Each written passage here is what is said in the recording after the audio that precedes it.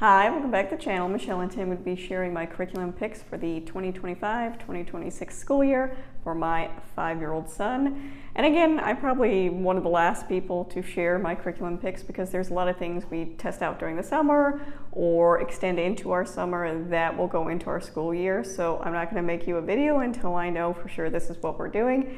And we will start probably the second week of August, our new school year. So I ordered all the things. It's time to show you what we'll be using.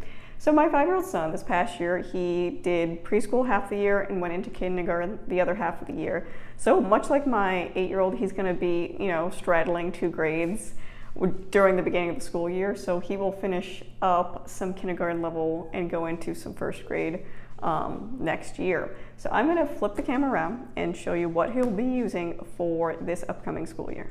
The first thing he'll be working on is handwriting. And again, he's just doing the next level. He did the previous level of this last year, and you'll see a lot of the curriculum choices I have are just the next level of what we've already been working on. And he's also just doing a lot of things my older kids have done in the past as well. So this is my 3rd time teaching this. So he'll do that for handwriting. He will continue with Explode the Code. He finished Get Ready for the Code last year, and he will start on this. I just picked these up for now. When he finishes these, will go into Explode the Code 2. We'll continue on, but I don't buy the entire year's worth of curriculum at the beginning of the year. 1, I can't afford that. 2, I think it's good to space it out. Things may change. We reach a point where he doesn't need this as much, but I really did think this would be a good idea. I think Get Ready for the Code was really helpful for him. He has struggled in some phonics areas differently than my older 2 kids have in the past. So I think the extra practice will be good for him. So I picked these up. For reading instruction, we will continue all about reading. He is right here. And again, I find, since this is my 3rd time teaching all about reading, it just takes a while to get going. It's slow progress, but it's progress, and that's what's important. He likes it. He likes the flashcards. He likes the little activities. So it's going well, just like it did for my other 2 kids. We're just making slow and steady progress. Next, for math. So he'll start the year finishing up this. I think we'll spend about 3 weeks in the beginning of the school year finishing up.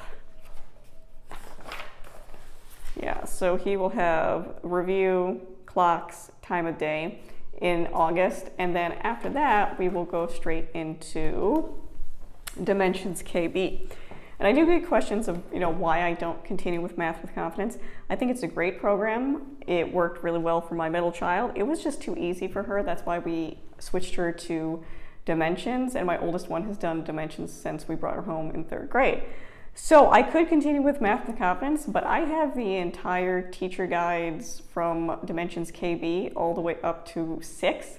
So I already have the resources to use it. So I'm going to try KB with him. We'll see how it fits. Dimensions is a more challenging program, and one of the reasons I go into KB is I figured this out with my 8-year-old when I was deciding, okay, she did this as well. Do I put her in KA, KB, or go into 1st grade?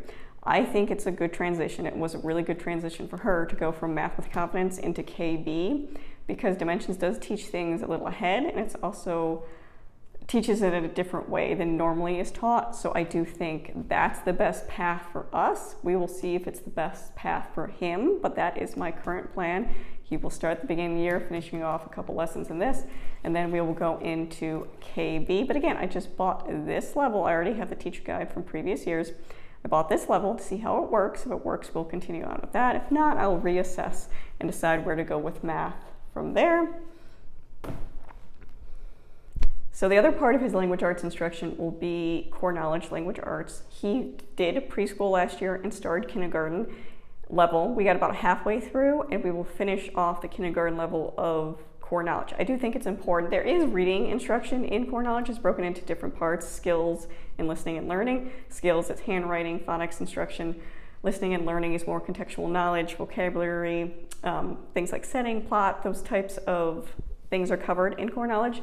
So I do think it's really beneficial. You're also covering history and science in those language arts units themselves. So I do think he's getting those subject exposure in a grade appropriate level. He will join my 8-year-old for some group subjects in the coming school year, but I do think it's important that he also have things aimed at particularly his age. I think that's really helpful. And the more contextual knowledge we can give kids, I think the better.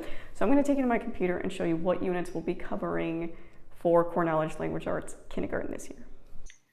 So this is Core Knowledge Online again. I have various videos on my channel. I've used it a lot for my middle child. I've used it for all of my children at this point. I've used science, I've used history, I've used language arts. Really enjoy the program, completely free. So for kindergarten, we finished last year with Domain 6 Native Americans. So this coming school year, we will continue. We will do Kings and Queens, Domain 7. We'll do Seasons and Weather. And again, this was last year, probably his favorite part of homeschooling was the units we did in here. We will do Columbus and Pilgrims, colonial towns and townspeople. Again, this is not his only exposure to this type of information. It's very, bare roots.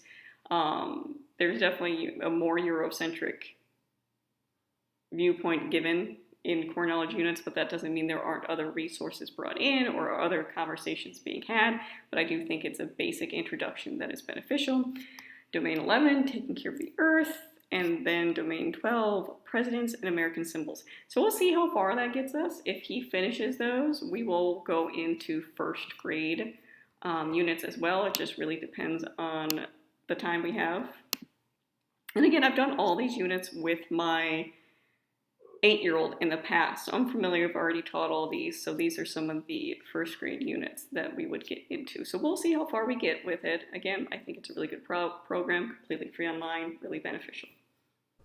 So this year, he will also be joining my middle child, my 8-year-old, with some group subjects. So next year is gonna be a little different. That in the past, it's been my oldest child, my middle child grouped together for history and science. Because my oldest will be in 7th grade, my middle child will be technically in 3rd grade. There's just too much of a gap there that my oldest is going to have to split off and do separate history, separate science. I'm not going to dumb it down for her. She's in a middle school level. She deserves to be doing middle school level work. So she's going to be doing her own thing, and I will talk about her choices as well. I'll make a separate video for that. I'm not going to lump all the kids together. That'd be a super long video. So I'll make a separate video for my 8-year-old, separate video for my 12-year-old, and then group subjects. So my 8-year-old and my 5-year-old will be pairing together for group subjects. And again, he's 5, so it's, not mandatory, but he really does enjoy doing group subjects. So we'll be doing art, all 3 of them together next year. And his participation is just, participating. He doesn't have to do the art project exactly how it's written. But he will be joining my 8-year-old for history and science. And again, I'll talk about that in group subjects, but clearly he's 5. My expectations of his participation is a lot different than what I expect from my 8-year-old, but he really does choose to do those group subjects and enjoy them. So that's something also an additional he'll do, but not necessarily a requirement. And as far as any extracurricular, he's just not interested in taking any outside classes, any gymnastics, or my oldest takes horseback riding, tumbling, karate, soccer. I've gone over the list with him. He's currently just not interested. He's more of a homebody, and that's completely fine. If he changes his mind, I will continue to, bring up the opportunities that are available, but I'm not going to push him into something that is going to make him uncomfortable. And we have a lot of activities that we do throughout the year just as family. So I'm not too concerned about him having those outlets as well, but that is my current plan for him for the next school year. If you have any questions, let me know in the comments down below. If not, thank you for watching.